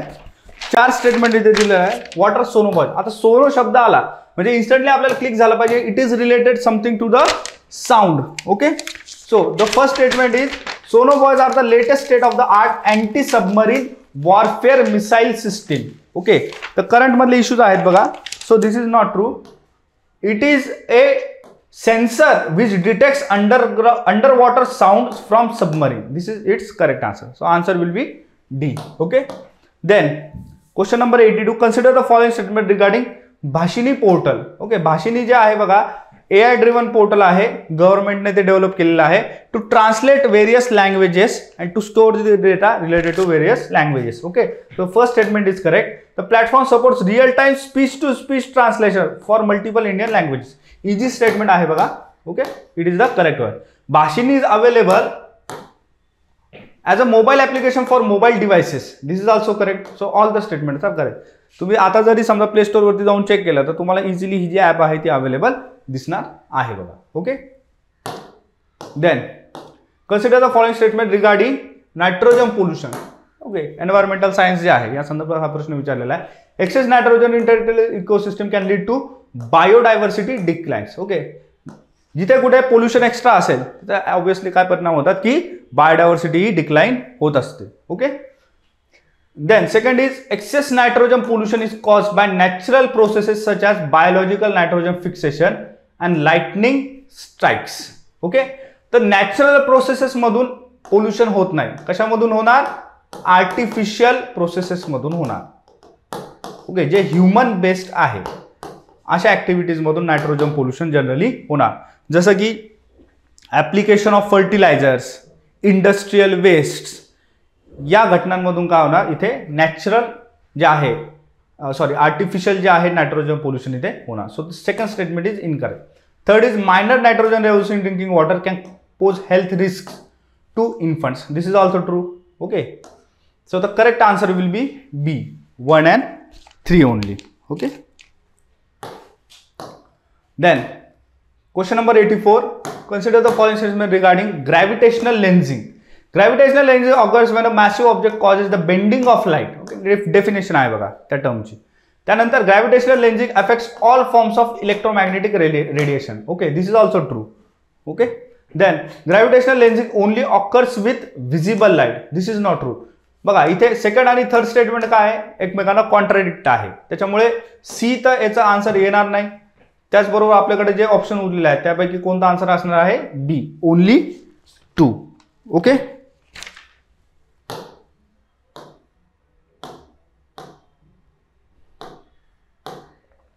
Then question number 85, consider the following statement. Asteroids are rocky objects that orbit the sun. Okay, असे रॉकी ऑब्जेक्ट्स जे ज्युपिटर आणि मार्स या बेल्टमध्ये सापडतात आणि ते सनला ऑर्बिट करतात त्यांना काय म्हटलं जातं? बेसिकली ॲस्ट्रॉइड्स असं म्हटलं जातं. First one is true. Meteoroids are larger than asteroids. This is false. They are actually smaller than asteroids. Okay. Then the third statement is that when a meteoroid enters Earth's atmosphere and vaporizes, it is called as meteor, not meteoroid. Okay. meteoroid यांच्यामध्ये difference आहे. meteor जे आहे atmosphere मध्ये जात असताना हवेमध्ये जर त्याचं वेपरायझेशन झालेलं असेल, जो स्पार्क आपल्याला दिसतो in the sky, it is called as meteor. Okay, and when the fragments of that meteor touches the ground of the earth आणि जे रॉक्स आपल्याला भेटतात त्या मिटिओरमधून तर त्याला काय म्हटलं जातं? मिटिओराइट असं म्हटलं जातं. Okay, so meteorite is the type of rock and meteor are the atmospheric phenomena. Okay, so third statement is also correct. So the question is which of the statement given above is correct? So only the first one is correct. So answer will be A. Okay, question number 86. तीन statement दिलेला आहे. फूट and mouth disease. ठीक आहे, FMD जे आहे बघा, recently agricultural animals जे आहे यांच्या संदर्भात नेहमी न्यूजमध्ये असते. ओके, कॉन्टेजियस डिसीज असल्यामुळे खूप मोठा ॲग्रिकल्चर लॉस जो आहे तो इंडियामध्ये होतो. त्या संदर्भात आपल्याला अवेअर राहणं जे आहे ते एक्सपेक्टेड आहे. It is highly contagious. Yes, the diseases can be transmitted through direct contact with contaminated equipment. आता ही व्हायरल डिसीज असल्यामुळे याचं कंटॅमिनेशन लगेच होतं बघा, whether it be living organisms or non living objects. Then the vaccination is the only method to control the spread of FMD. Only method आहे का? नाही. जर एन्व्हायरमेंटल कंट्रोल असेल, ओके, आयसोलेशन जर असेल ॲनिमल्सचं, तरी सुद्धा ही डिसीजचा स्प्रेड जो आहे तो कंट्रोल होऊ शकतो. That's why the third statement is incorrect. So answer will be B, only 2. Okay, then question number 87, प्लास्टिसायझर्स.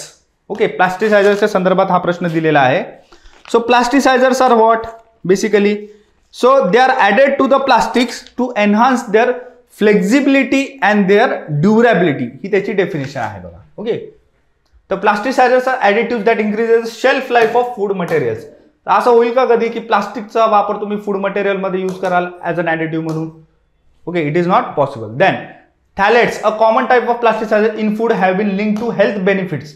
तर हेल्थ बेनिफिट्स होतात का प्लास्टिक्सचे? तर नाही होत. Okay, plasticizers are beneficial as they are safe and poses no health risk. No इथे शब्द आलेला एक्स्ट्रीम स्टेटमेंट आहे. This is also false. तो answer will be D, none of the above. Okay.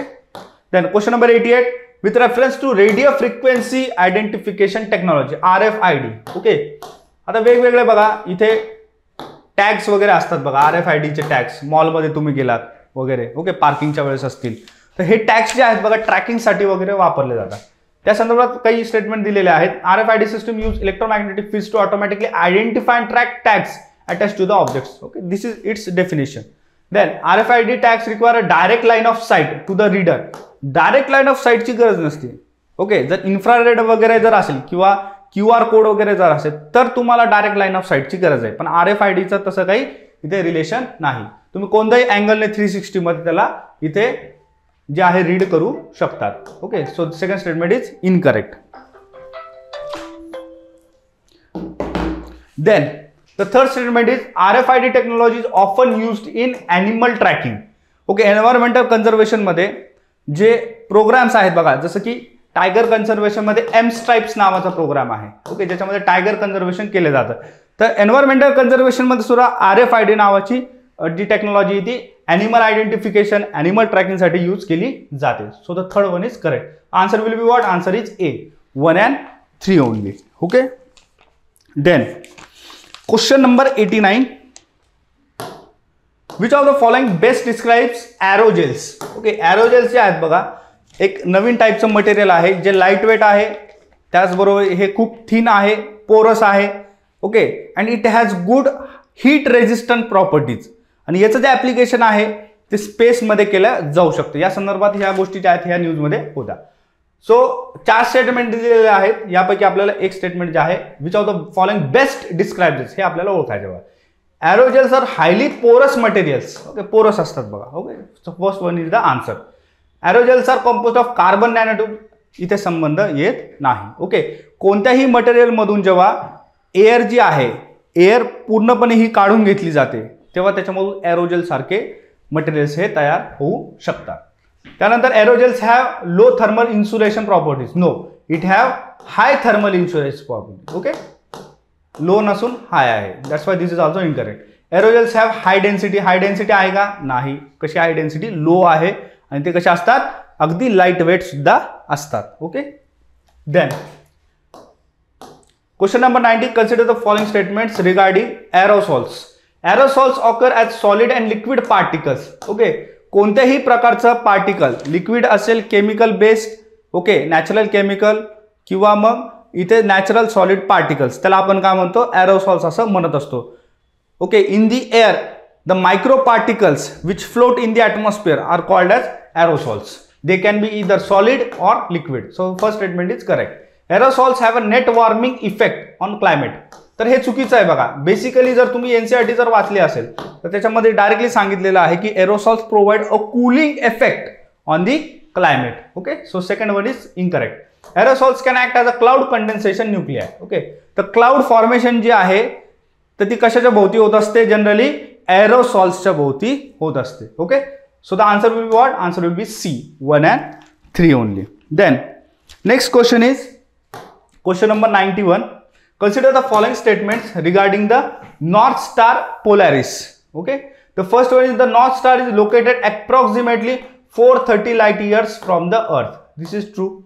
Okay, North Star जे आहे बघा, जे आपण दिशा direction which is use for the direction, okay, as a natural compass, त्याला आपण काय म्हणतो? नॉर्थ स्टार असं म्हणतो. त्याचं सायमल्टेनियसली नाव काय आहे? पोलॅरिस असं आहे बघा. ओके, त्याचा डिस्टन्स किती? बेसिकली 430 लाईट इयर्स आहे approximately. Polaris is a binary star system. It is not binary. Okay, it is multi star system and not binary. Okay, so second statement is incorrect. Then the third one is Polaris can appear for a reliable navigational references. तर तो त्याचा main use आहे बघा. Okay, त्यासाठी जे आहे या गोष्टी जुन्या काळामध्ये यूज केल्या जात होत्या. So the answer will what? Answer is C, 1 and 3 only. Okay. Then question number 92. Question is artificial clouds. Okay. Artificial clouds are created by injecting water vapor into atmosphere. तर वॉटर वेपर इंजेक्ट केल्यामुळे होतं का artificial clouds तयार? तर नाही. जर असं जर असतं तर बेसिकली कुकिंगच्या वेळेस जे वॉटर वेपर ॲटमॉस्फिअरमध्ये जाते तर किचनमध्ये जे आहे क्लाउड्स क्रिएट झाले असते. So it is a basic science. Okay. अशा पद्धतीने आर्टिफिशियल क्लाउड्स हे तयार होत नसतात. They are created by injecting substances into the clouds. क्लाउड्समध्ये काय केलं जातं? सबस्टेन्सेस जे आहेत जसं की सिल्वर आयोडाईड याला इंजेक्ट केलं जातं. याच्यामुळे काय आर्टिफिशियल क्लाउड्स हे तयार होतात. Okay. Then artificial cloud seeding increases rainfall by 60%. Okay. So एवढं जे आहे ते सक्सेसफुल नाहीये. ऑलमोस्ट 20 to 30% जे आहे ते सक्सेसफुल राहिलेलं आहे in case of increase rainfall. Okay. So the correct answer will be what? Correct answer is B, 2 only. Okay.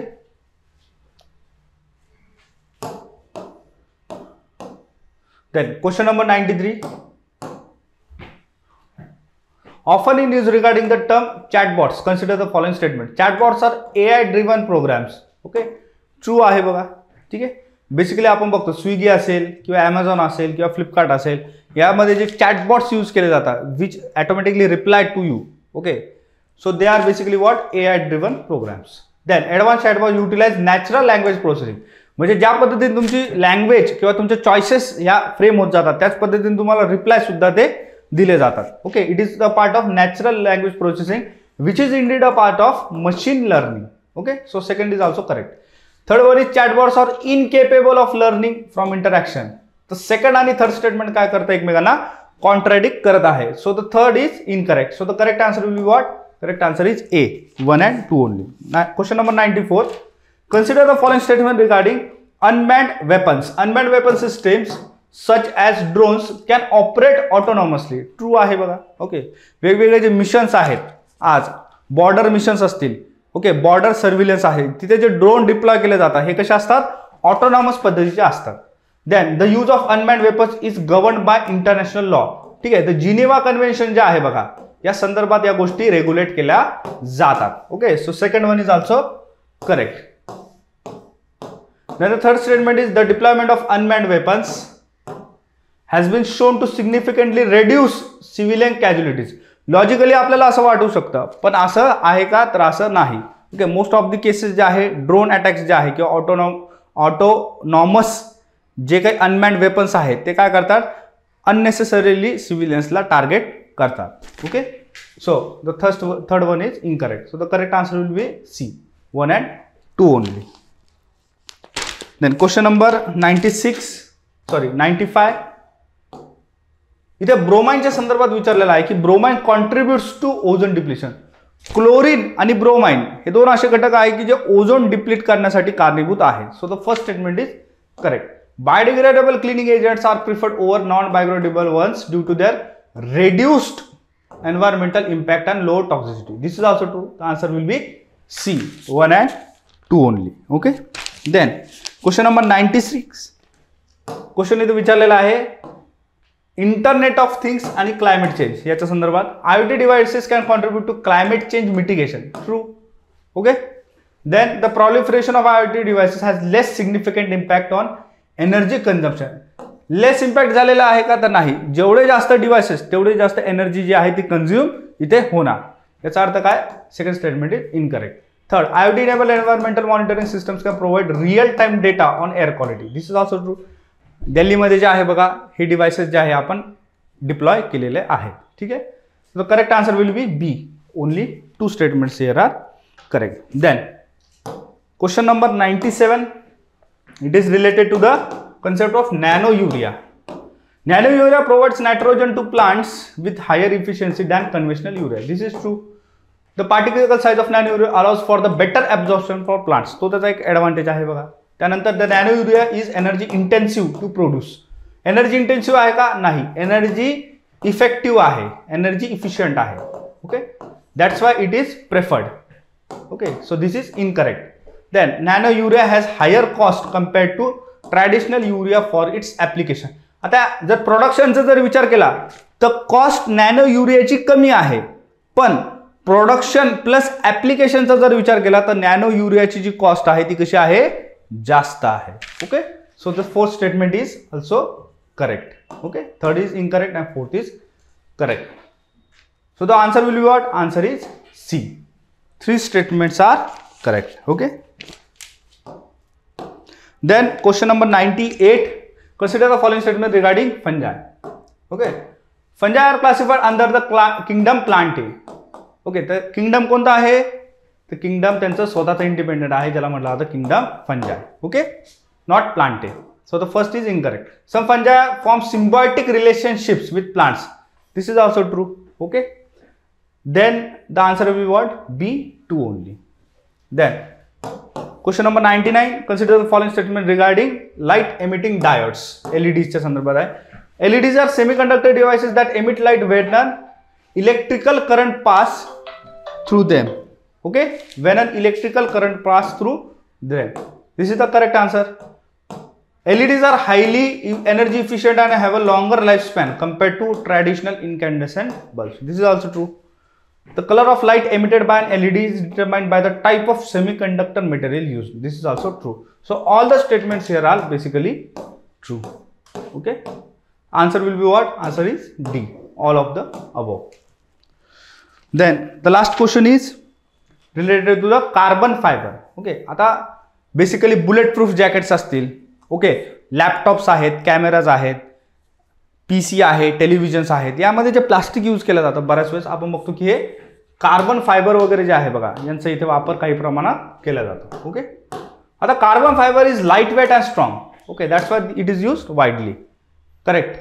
Carbon fibre composites are highly resistant to corrosion. It is also correct. Okay, long term आहे, long term sustainable आहे, corrosion जे आहे ते लवकर त्याच्यामध्ये होत नाही. Then the carbon fibre is an excellent conductor of electricity. Okay, it is not an excellent conductor, although it conducts electricity, पण त्याच्यामध्ये excellent conductor आपल्याला असं म्हणता येत नाही. Okay, it is a normal conductor. That's why the third statement is incorrect. So the answer will be what? Answer is B, 2 only.